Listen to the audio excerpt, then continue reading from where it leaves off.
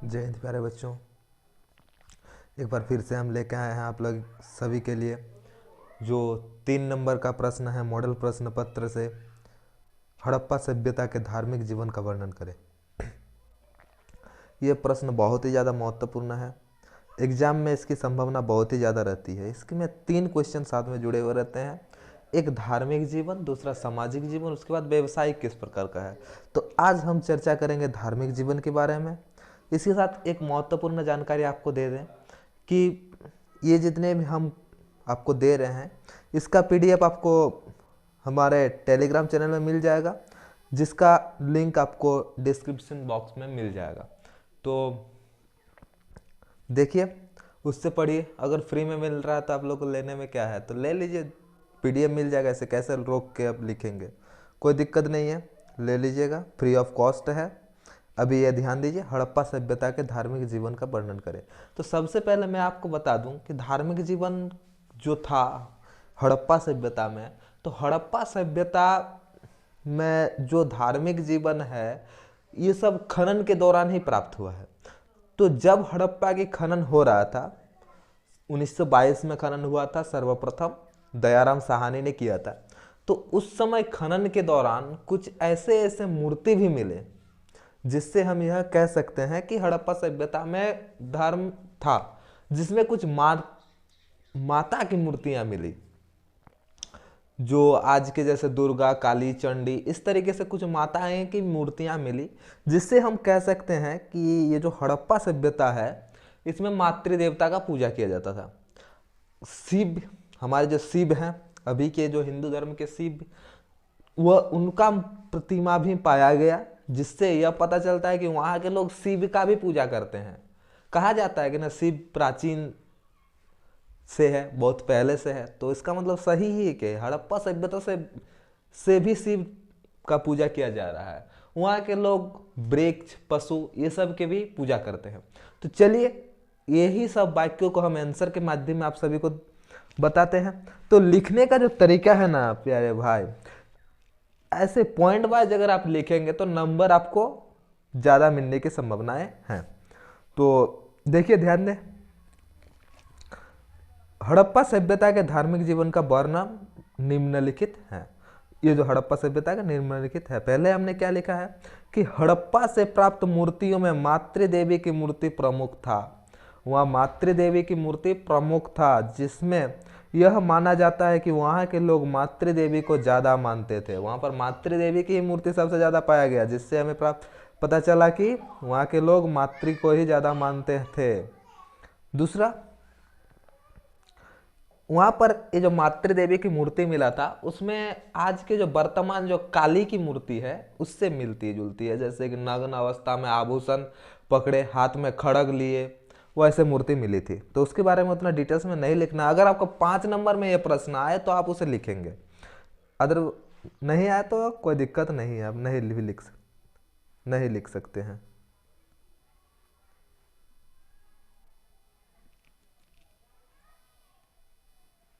चलिए ध्यान देंगे। दूसरा पॉइंट हमने लिखा है, खनन के दौरान मोहनजादड़ो से एक ऐसी मूर्ति प्राप्त हुई जिसमें 3 मुख वाले पुरुष योगासन में बैठे हैं। थे होगा, है हो गया यार, पर बैठे थे, इस जगह पर थे लगता। और इसमें 3 सिंह था, और बाएं की ओर एक गेंडा और भैंस था, दाएं की ओर हाथी और बाघ था, जिससे इसकी तुलना पशुपतिनाथ से किया जाता है। एक ऐसा मूर्ति मिला जिसमें 3 मुंह वाला एक व्यक्ति योगासन में बैठा है, जैसे कि हम लोग योगा करते हैं उस मुद्रा में बैठा हुआ था, जिसके 3 सिंह थे। बाएं की ओर एक गेंडा और भैंस था, और दाएं की ओर हाथी और बाघ था। इससे यह मानते हैं कि यह पशुपतिनाथ था। इसमें एक देवता की मूर्ति मिला है जो आज के शिव से मिलती जुलती है। देवता की भी मिला था, बोले ना शिव बहुत आदिकाल से है, तो उसे भी ध्यान दें। लिखिए, 5 नंबर में आया तो ये सारे पॉइंट लिखिए। अगर 3 नंबर में आया तो सिंपल आप लिखिए, वो मातृदेवी की मूर्ति पाया गया। दूसरा, एक शिव जैसे आकृति मिला जिस यहाँ इस सत्यात से लोग वृक्ष, पशु, सांड, गेंडा, सांप इस सब की भी पूजा करते थे वहाँ के लोग।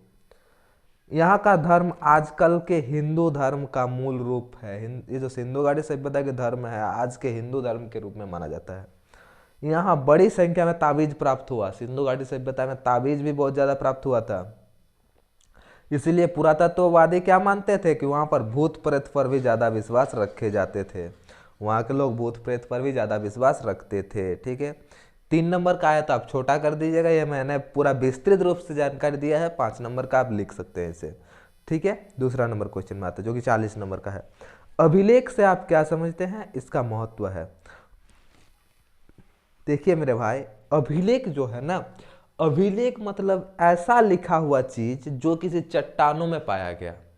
आप सिंपल भाषा में लिख सकते हैं, कोई दिक्कत नहीं है। ऐसा जरूरी नहीं है कि मेरे कॉपी में या पीडीएफ में जो लिखा हुआ है आप वही लिखें। मैं जो बोल रहा हूँ इसे भी ध्यान देकर अगर लिख ले तो कोई दिक्कत नहीं है, सेम नंबर आएगा। अभिलेख का मतलब होता है ऐसा लेख जो किसी चट्टान, स्तंभ, गुफा, ताम्रपत्र, पत्थरों एवं चौड़ी पट्टियों में खोद कर लिखा गया था, जिसमें तत्कालिक शासकों के शासन, सामाजिक, राजनीतिक, आर्थिक, धर्म का चित्र रखा गया था। अभिलेख के बारे में क्लियर है कि वैसा लेख जो चट्टानों पर लिखा गया था।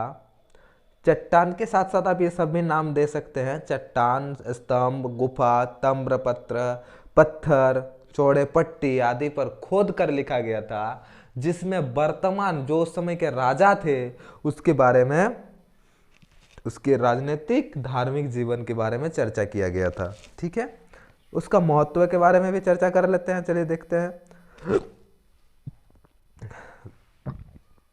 अभिलेख के अध्ययन को पुरालेख कहते हैं। अभिलेख का जो अध्ययन है उसको हम लोग पुरालेख कहते हैं।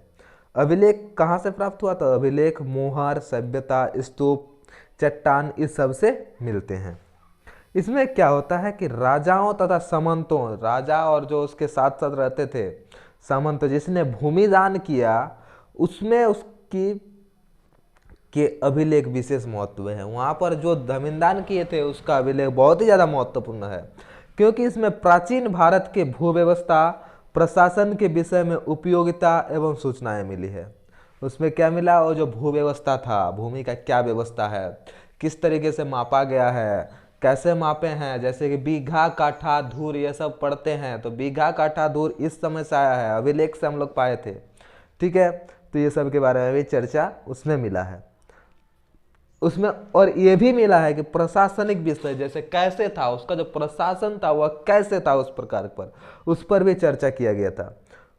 इनमें ब्राह्मण, मंदिरों, जागीरदारों, अधिकारियों को गांव में भूमि के राजस्व एवं संबंधित दान का विवरण प्राकृतिक सांस्कृतिक तेलुगु या तमिल भाषा में लिखा हुआ था। इसमें तेलुगु या तमिल भाषा में लिखा हुआ था। तो मेरे ख्याल से आप ये समझ गए होंगे। तो ऐसे ही अगर आप समझ के लिखेंगे तो ज़्यादा सुविधा होगा। और अगर इस तरीके से और वीडियो चाहते हैं तो हमारे चैनल को सब्सक्राइब करके रखें। ऐसे में और वीडियो, इंपॉर्टेंट वीडियो देने वाला हूँ इस चैप्टर में।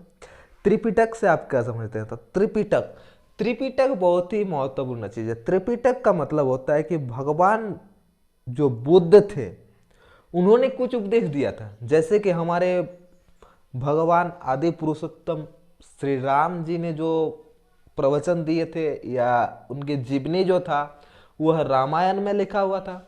इसी प्रकार से जो बुद्ध थे ना, बुद्ध देव, बुद्ध धर्म के भगवान बुद्ध, तो वह जो उपदेश दिए वह सारे उपदेश को त्रिपिटक में लिखा गया था।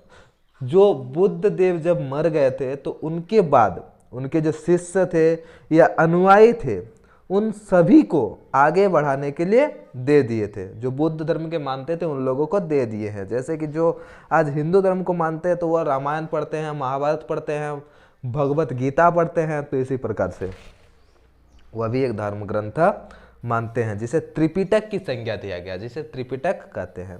तो समझ में आ गया त्रिपिटक क्या है। उसके बाद आ जाता है अल-बिरूनी पर एक संक्षेप टिप्पणी लिखिए। अल-बिरूनी जो थे वह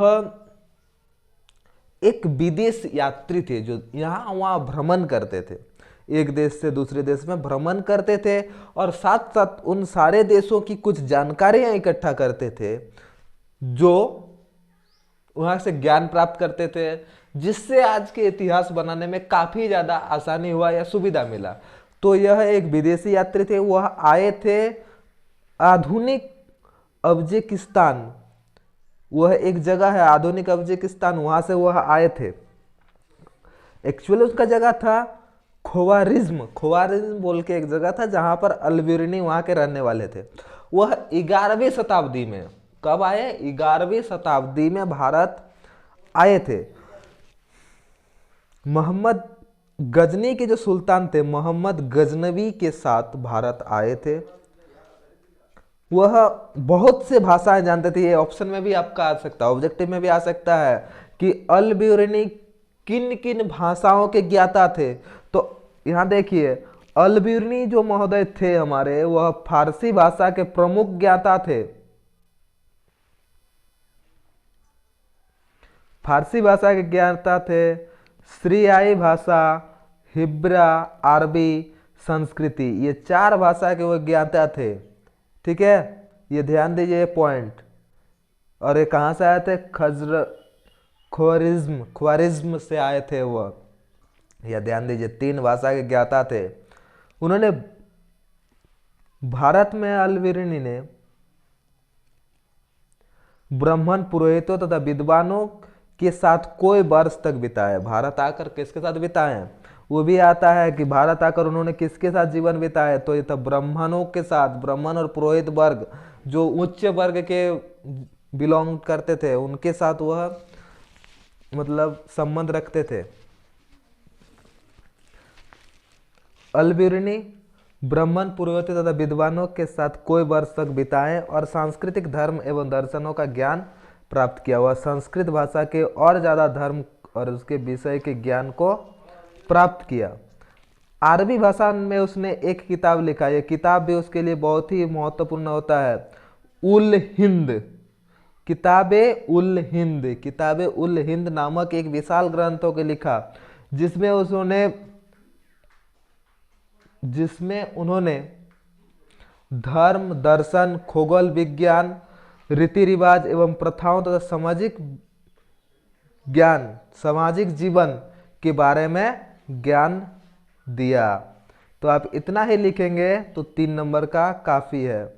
तो इस वीडियो में मैं इतना ही बताना चाहता हूँ। नेक्स्ट वीडियो बहुत जल्दी आने वाला है, तब तक के लिए मेरे चैनल को सब्सक्राइब करके रखें। और टेलीग्राम में इसका PDF मिल जाएगा, आप लोग टेलीग्राम जो ग्रुप में ज्वाइन करें।